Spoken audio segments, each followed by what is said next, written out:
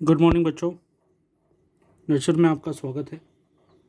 आज का हमारा जो टॉपिक है वो है कॉमेंसलिज्म। मैं आशुतोष कुमार। चलिए शुरू करते हैं। कॉमेंसलिज्म, जिसको हम प्लस और जीरो से डिनोट करते हैं। प्लस का मतलब है वन स्पेसीज इज़ बेनिफिटेड, एक स्पेसीज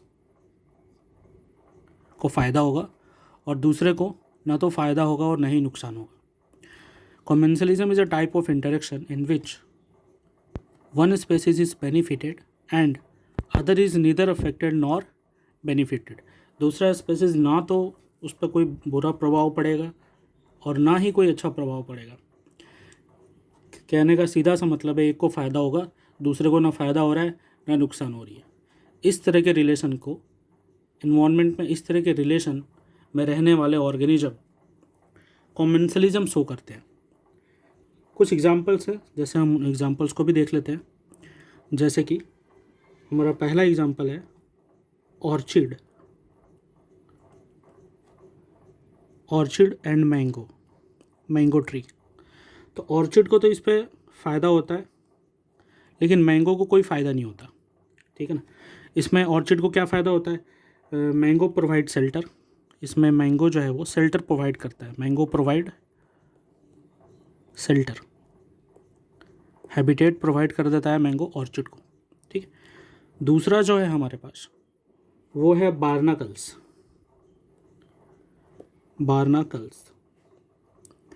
बार्नाकल्स और वेल। ठीक है ना। वेल जो कि एक मैमल है। तो बार्नाकल्स क्या होते हैं? ये वेल के शरीर से चिपक जाते हैं। ठीक है। जिससे वेल क्या करती है, वेल वही चिपकेंगे तो इनके लिए शेल्टर मिल जाता है, और जो वेल खाएंगी वो इन्हें भी थोड़ा बहुत मिलेगा। ठीक है, छोटे मोटे टुकड़े। तो ये भी क्या करते हैं, प्रोवाइड कराती हैं well, provide shelter and food. क्या प्रोवाइड करती है? Shelter and food. तो वेल भी इन्हें, बार्नाकल्स को, फूड और शेल्टर प्रोवाइड कराते हैं। ठीक है। हम सब के फिगर ज़रूर देख लेंगे, टेंशन ना लें। थर्ड नंबर जो है हमारे पास ये है क्लॉन फिश। और इसमें है सी एनिमन।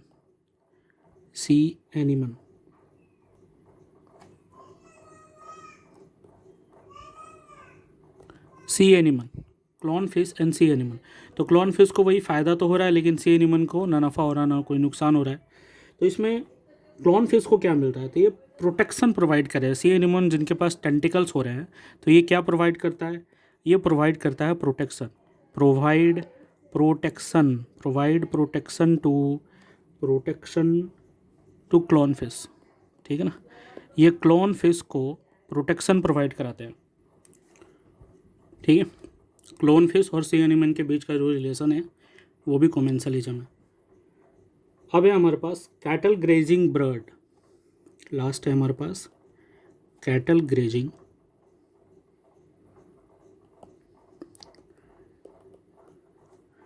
जिसको हम इरगट भी बोलते हैं। कैटल ग्रेजिंग बर्ड, जिसमें इसको फ़ायदा होता है, और कैटल जो है उसको ना नफ़ा ना कोई नुकसान। ठीक है। तो इसमें क्या है, ये कैटल जो हैं वो क्या प्रोवाइड करते हैं? Provide food. ठीक है।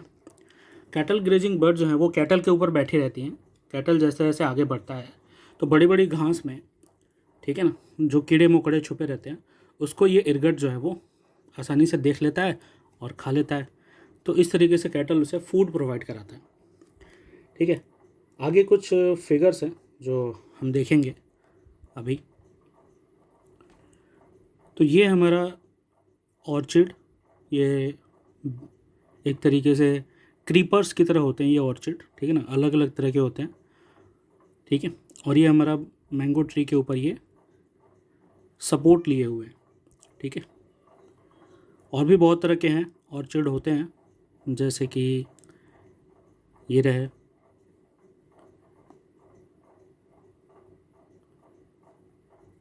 काफ़ी लाइट आ रहा है इसमें, कोई नहीं, ये दिख रहा होगा, अब दिख रहा है ना। तो ये हमारे ऑर्चिड है मैंगो ट्री के ऊपर, क्रीपर्स होते हैं, लत्तर की तरह होते हैं ये, ठीक है। फिर ये रहा, इसे भी आप देखें, ठीक है। इस तरीके से ये शेल्टर लेते हैं, ठीक है ना। ऑर्चिड का मेन काम क्या है, शेल्टर प्रोवाइड कराना, ठीक। और देखें तो बहुत तरह के ऑर्चिड्स हैं,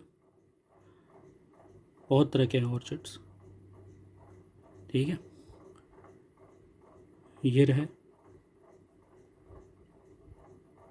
ये बेस्ट लग रहा है मुझे ये, ठीक है।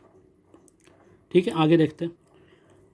ये फिगर है हमारा इरगट और कैटल के रिलेशनशिप। तो ये हमारे इरगट बर्ड्स हैं, ठीक है, कैटल ग्रेजिंग बर्ड्स इन्हें भी बोलते हैं। ये किस तरीके से जानवरों के इर्द गिर्द रहते हैं, उनके बॉडी पे, और बड़े बड़े घास में जब वो जानवर आगे बढ़ते हैं तो उनमें छिपे जो कीड़े मकोड़े होते हैं वो आसानी से विजिबल होते हैं, बाहर आ जाते हैं, और ये इरगट उन्हें खा लेती हैं। इसमें कैटल का तो कोई फ़ायदा नहीं है, लेकिन इरगट का फ़ायदा है, उसे फूड मिल जाता है।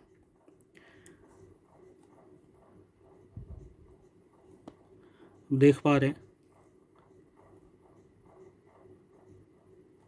अगर कीड़े मकोड़े उसके शरीर पे भी बैठे हैं तो उसे भी खा जाएंगे।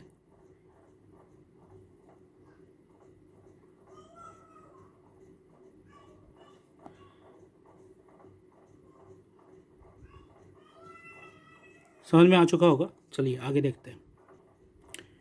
ये हमारा दूसरा फिगर है जिसमें हम देख रहे हैं बार्नाकल्स एंड वेल, बार्नाकल्स एंड वेल। तो ये वेल मछली है, इसके ऊपर ये सफ़ेद सफ़ेद धागे धब्बे दिख रहे हैं। ये धब्बे अगर जूम करें तो यहाँ पे देखिए आप, ये बार्नाकल्स हैं, ये इनके बॉडी के ऊपर ऐसे चिपक जाते हैं।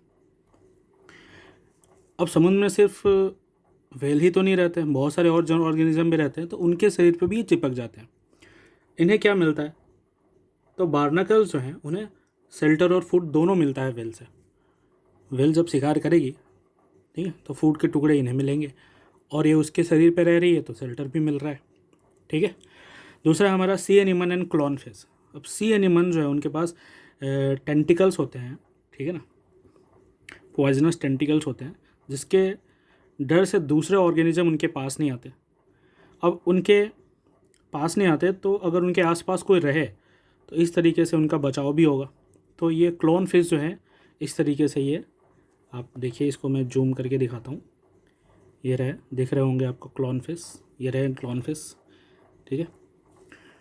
और ये हमारी सी एनिमन है, सी एनिमन और क्लोन फिश। तो सी एनिमन को क्या मिलता है, कुछ नहीं, लेकिन क्लोन फिश को क्या मिलता है, प्रोटेक्शन, ठीक है। तो ये जो रिलेशन है हमारा कॉमर्शियलिज्म का रिलेशन है, इसमें एक को फ़ायदा होता है और एक को ना फ़ायदा ना नुकसान। अगला है हमारा एमेंशलिज्म, जिसमें रिलेशन होता है माइनस एंड जीरो का। अब ये क्या है, जीरो का मतलब है ना फ़ायदा ना नुकसान, माइनस का मतलब है नुकसान।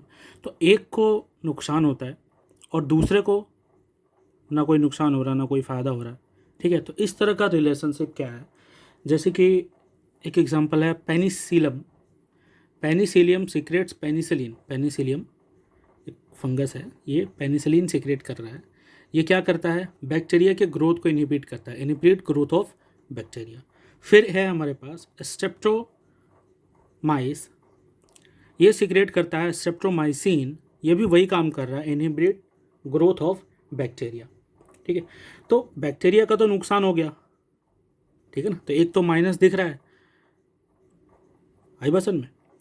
अब तीसरा, थर्ड वन देखते हैं। थर्ड वन है हमारे पास रूट्स ऑफ ब्लैक वॉलनट।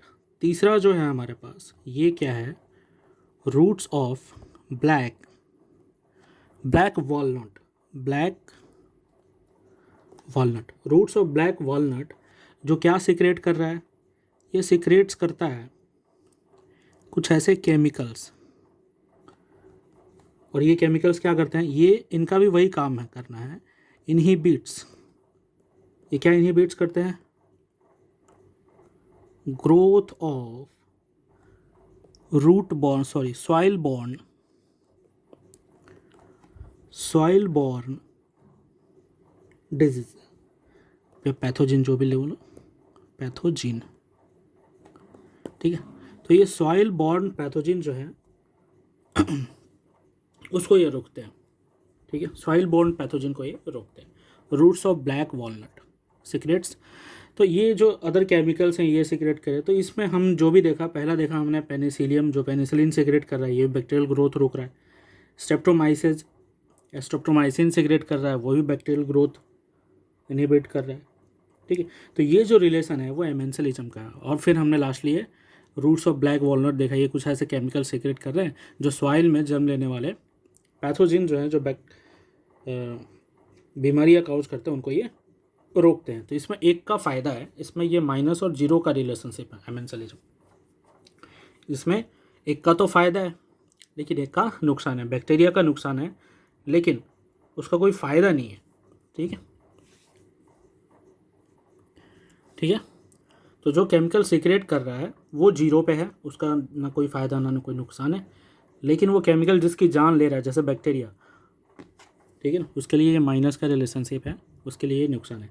आगे देखते हैं, आगे जो हमारे पास रिलेशन है वो है प्रीडेशन का रिलेशन। इसमें प्लस और माइनस दोनों देखा जाता है, एक को फ़ायदा हो रहा है और दूसरे को नुकसान हो रहा है, ठीक है।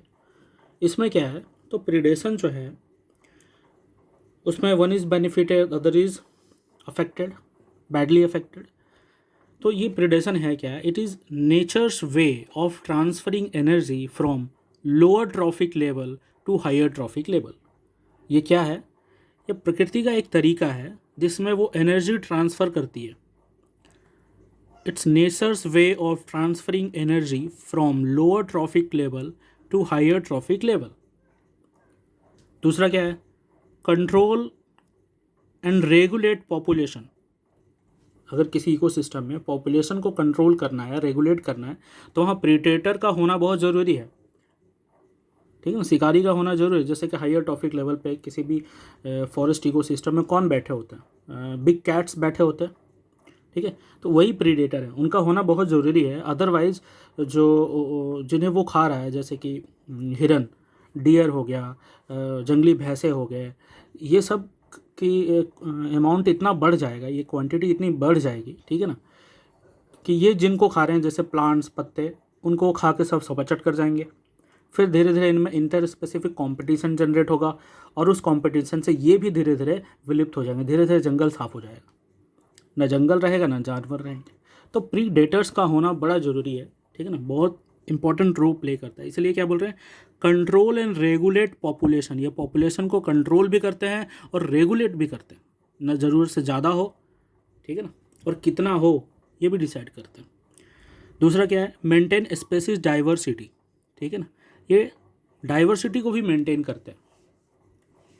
इनका काम ही ऐसा है कि अगर ये कंट्रोल करेंगे तो डाइवर्सिटी भी मेंटेन होता है, ठीक है ना, संख्या बहुत ज़्यादा बढ़ेगी तो डाइवर्स रहेंगे। कैसे डाइवर्सिटी मेंटेन करता है, कंपटीशन को रिड्यूस करके, by reducing the intensity of competition. कैसे ये करता है, तो रिड्यूसेस द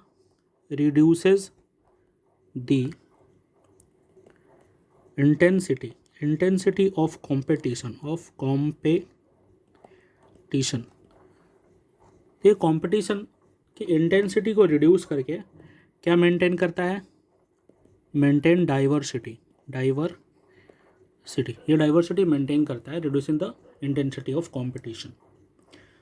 अब हम आगे देखते हैं, एक फिगर है, वो फिगर हम देखते हैं।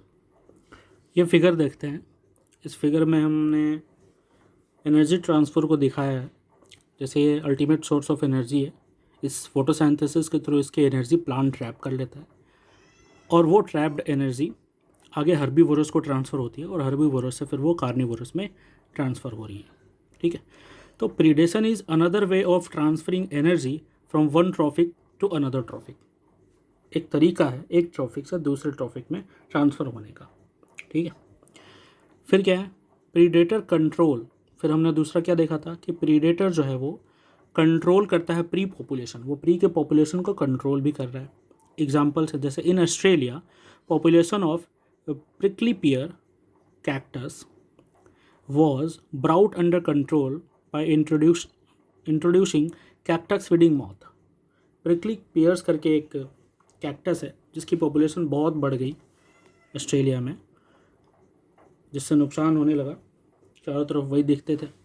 उनकी पॉपुलेशन को कंट्रोल करने के लिए हमने प्रिकली पियर ईटिंग मॉथ लाया, कीड़े लाए, और पॉपुलेशन कंट्रोल हो गया। जैसे कि ये फिगर देखिए, ये फिगर में क्या है, एक प्रिकली पियर कैक्टस हम लेके आए हैं, इतनी सारी जनसंख्या वो बढ़ा ली। ठीक है, इसमें क्या हुआ, excessive growth due to lack of predator. Predators के अभाव में उसकी ग्रोथ जो है वो काफ़ी ज़्यादा हो गई। लेकिन फिर हमने क्या किया, इंट्रोडक्शन किया किसका, पॉपुलेशन का। यहाँ देखिए इंट्रोडक्शन किया हमने पॉपुलेशन का, और क्या हो गया, due to introduction of predators cactus eating moth reduce, उनकी पॉपुलेशन जो है वो घट गई, कैक्टस ईटिंग मॉथ की पॉपुलेशन घट गई। आगे देखते हैं। फिर है हमारे पास ये वाटर हाइसिंथ। ठीक है, वाटर हाइसिंथ के बारे में तो आपने पढ़ा ही था, पता होगा। ये वर्ल्ड्स मोस्ट प्रॉब्लमेटिक वीड है वाटर हाइसिंथ। ये पानी के ऊपर स्टैग्नेंट तालाब वगैरह जो होते हैं उसके ऊपर छा जाते हैं पूरी तरीके से। We fail to control its growth due to absence of their predator. इनके प्रीडेटर्स न होने के कारण इनकी ग्रोथ को हम आज तक कंट्रोल नहीं कर पाए। नेचुरल प्रीडेटर होना ज़रूरी है इन्वायरमेंट के अंदर। प्रीडेटर्स आर प्रूडेंट मतलब वाइज, तेज़ होते हैं प्रीडेटर्स। कैसे तेज़ होते हैं ये, तो predators never over exploit their prey. वो अपने प्री को कभी ज़रूरत से ज़्यादा एक्सप्लॉइट नहीं करते हैं, वो खाते नहीं हैं। ऐसा नहीं कि शेर को भूख लगी है तो वो ज़रूरत से ज़्यादा खा लिया या मार के ऐसे ही छोड़ दिया। ठीक है, तो predators never exploit their prey because if there is over exploitation due to lack of food, predator will also not survive. Predator भी मर जाएगा। अल्टीमेटली उसे खाना तो प्री को ही है, सर्वाइवल उसका कहाँ पे है, प्री के पास है। तो अगर प्री रहेंगे तभी तक वो सर्वाइव कर सकता है। तो वो बहुत वाइज होता है, प्रूडेंट होता है वो। ठीक है, जितनी ज़रूरत है उतनी ही खाता है, डेली डेली वो शिकार भी नहीं करता है। और इस तरीके से नेचर की बनावट है कि शिकार थोड़ा टफ हो जाए।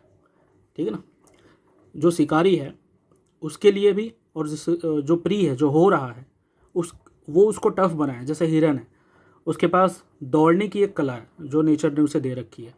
शेर से तेज़ दौड़ लेता है, ठीक है, बाघ या चीता से तेज़ दौड़ लेता है वो, ये कला है। लेकिन शेर और चीता उनमें उतनी पोटेंशियल नहीं होती कि उतने पोटेंशियल इन द सेंस कि बहुत ज़्यादा लंबे समय तक वो तेज़ नहीं दौड़ सकता।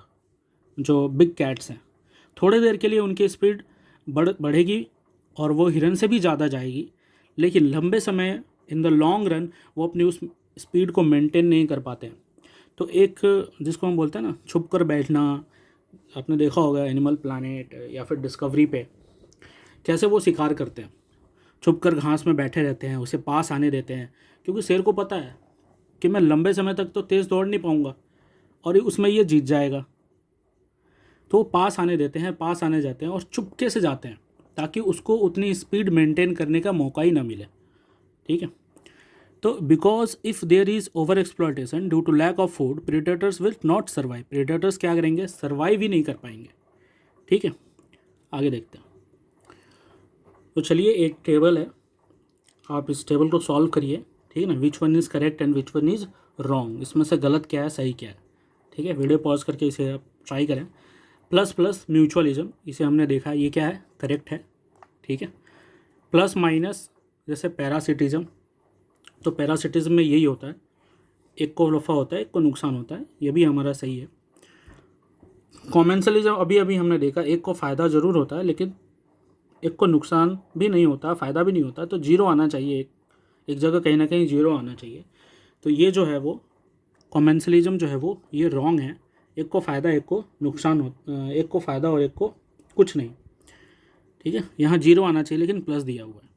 ठीक है, प्लस एंड जीरो आना चाहिए। फिर ये लास्ट वाला जो है वो प्रीडेशन। हाँ, प्रीडेशन में क्या होता है, एक को फ़ायदा होता है, जैसे हिरन है तो हिरन का नुकसान ही हो गया, वो मर गया।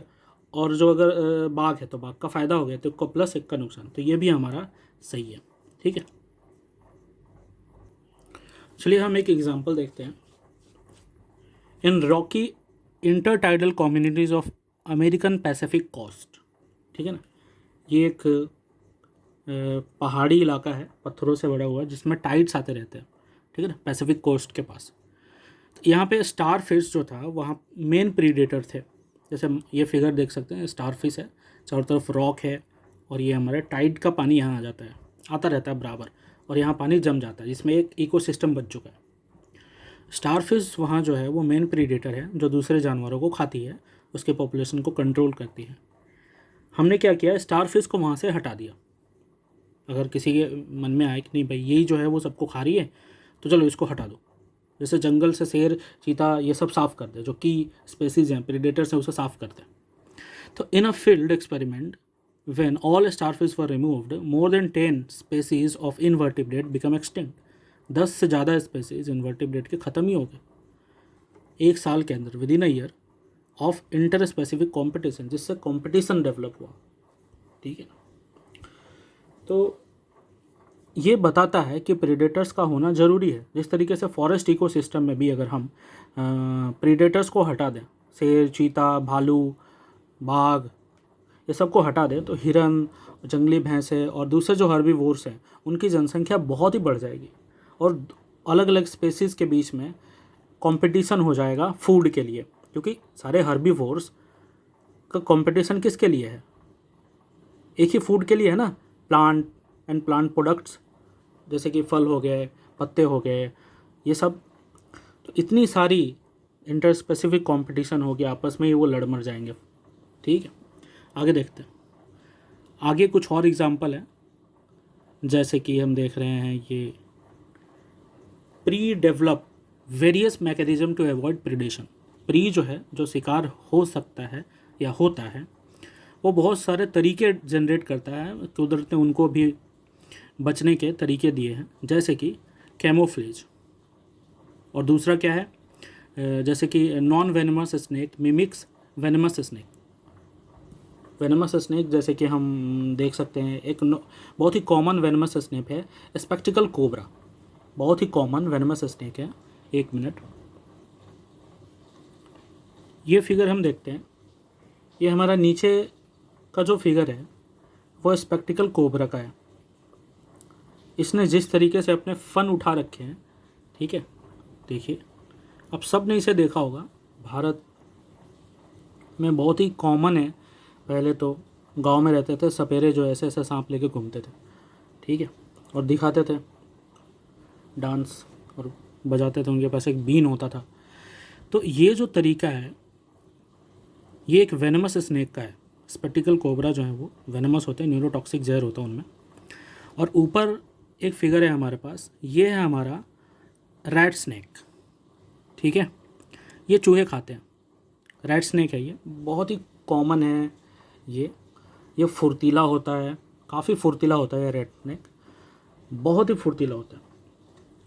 और इस तरीके से ये मिमिक करता है, अपने पूंछ पे ये बहुत लंबा खड़ा हो जाता है। ये अपने पूंछ पे दूर से अगर आप देखें तो एकदम खड़ा स्ट्रेट दिखेगा ये रोड पे, सड़कों पे या खेतों में। इस तरीके से वो मिमिक करता है ताकि उसे डर जाए, अगर वो ख़तरा महसूस करता है तो ऐसे वो खड़ा होता है। ठीक है, जैसे ये एक फिगर है जो हमें दिख रहा है आसानी से, ठीक है। इसमें राइट साइड में जो है हमारा रैट स्नेक है और लेफ़्ट साइड में जो है वो स्पेक्टिकल कोबरा है।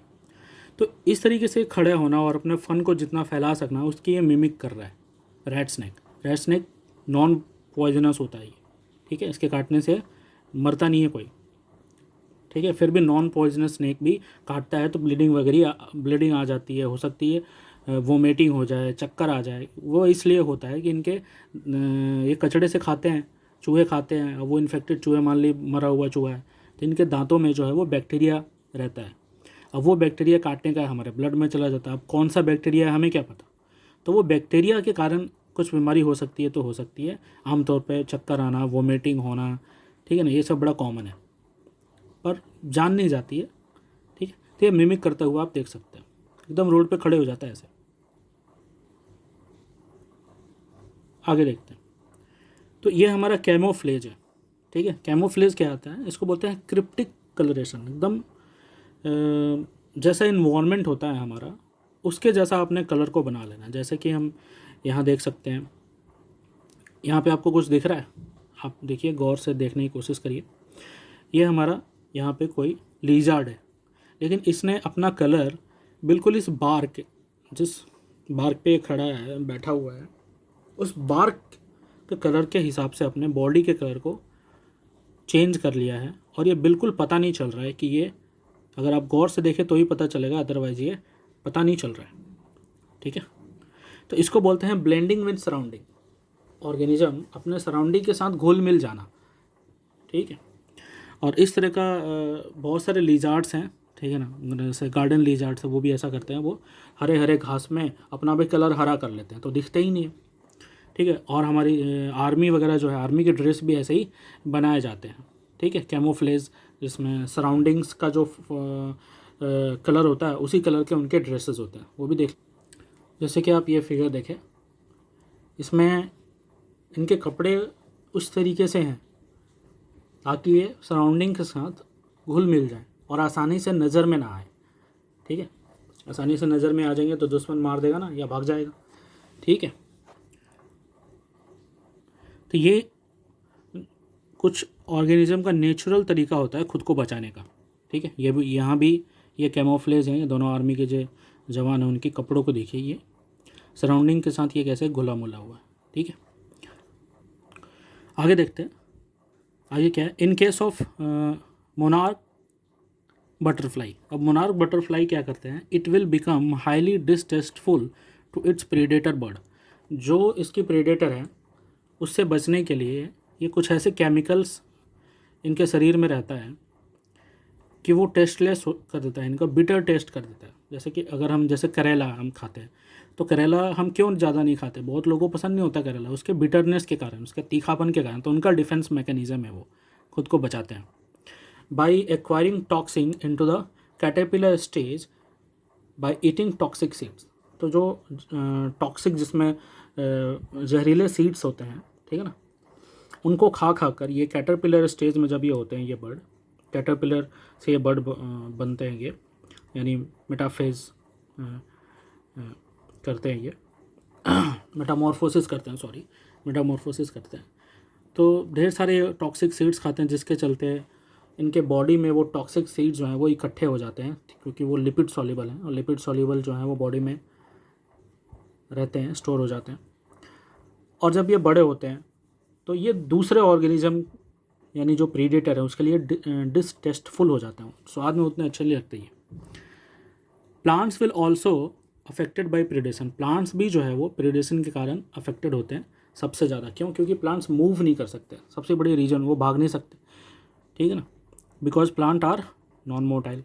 Herbivorous are predators of plant. ये क्या है? हर्बीवोरस प्लांट खाते हैं, तो उसके प्लांट के प्रीडेटर्स हो गए।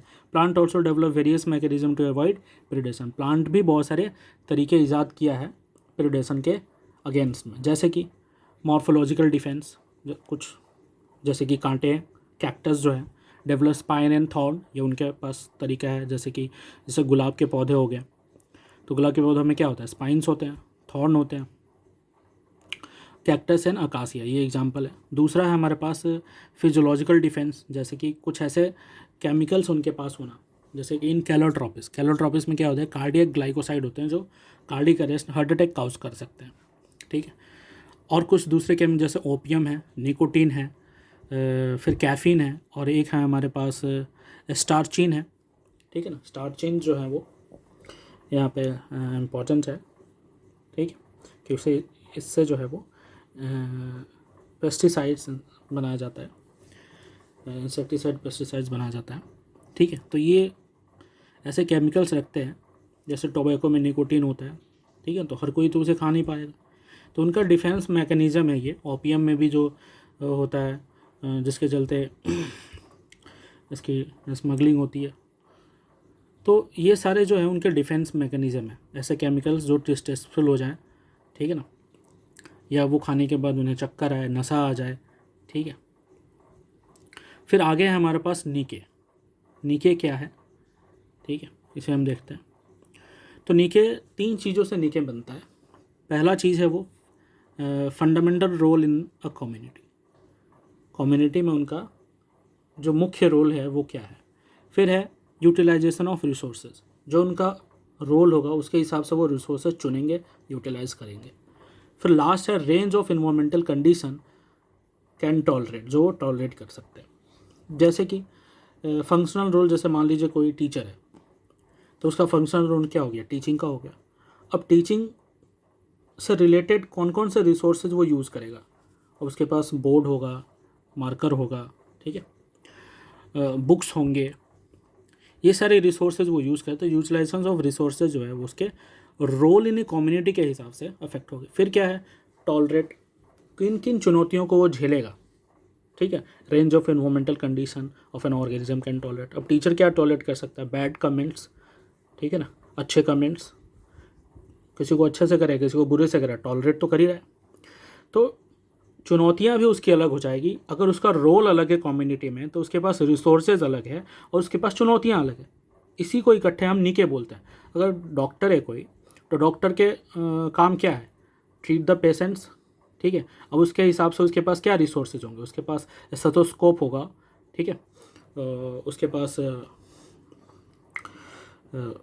और दूसरे मशीन होंगे जो डायग्नोसिस में काम आए, और क्या हो गया उसके पास पैड होगा जिस पे वो लिखे, ठीक है ना। तो डॉक्टर के हिसाब से उसके पास जो रिसोर्सेज हैं वो होंगे। उसके पास अपनी चुनौतियां हैं, कैसे कैसे लोग आएंगे उससे मिलने के लिए, किस किस को झेलना पड़ेगा उसे, ठीक है। बहुत सारे ऐसे पेशेंट्स आते ही हैं जो काफ़ी क्रिटिकल कंडीशन में होते हैं, ठीक है, तो उसको टॉलरेट करना पड़ेगा। अब वो इतना दुख में है कि वो डॉक्टर को भी 2-3 शब्द बोल देता है, तो ये सारी टॉलरेट है। या केस ही बहुत क्रिटिकल है, डॉक्टर परेशान है, इसको कैसे ट्रीट करें। तो ये जो भी कहने का सिंपल सा मतलब है, जैसा रोल वैसी चुनौतियाँ और उसी के हिसाब से उसकी टॉलरेंसी लेवल अलग अलग प्रोफेशन है। अब यहाँ पे देखते हैं, इसी को कंबाइनली निके बोलते हैं। अब निके 2 तरह के हैं, एक तो फंडामेंटल, जब कंपटीशन नहीं होता है तो इस तरह के निके को हम फंडामेंटल बोलते हैं, और जो कंपटीशन होता है तो उसको रियलिस्टिक बोलते हैं। तो रियलिस्टिक ही रहती है निके, फंडामेंटल कहाँ। फंडामेंटल कहने का मतलब जब कंपटीशन नहीं है तो ऐसा तो कुछ होता नहीं है, ठीक है। जैसे कि क्या कह रहे हैं, जैसे एग्ज़ाम है, एग्ज़ाम में मान लीजिए 10 सीटें हैं डॉक्टर की और 10 फॉर्म भरे गए हैं, तो कंपटीशन होगा क्या, कोई कंपटीशन नहीं। 10 फॉर्म गिरे हैं, 10 को ले लिया जाएगा, ठीक है। तो यहाँ पे क्या कंपटीशन नहीं है तो फंडामेंटल हो गया, लेकिन कंपटीशन आ गया, ठीक है, तो ये रियलिस्टिक है कि कंपटीशन होता ही है। खैर, तो ये हमारा आज का यहीं तक। आगे जो है वो हम पढ़ेंगे कंपटीशन, ठीक है। नेक्स्ट लेक्चर में हम कंपटीशन पढ़ेंगे। तो आज के लिए इतना ही।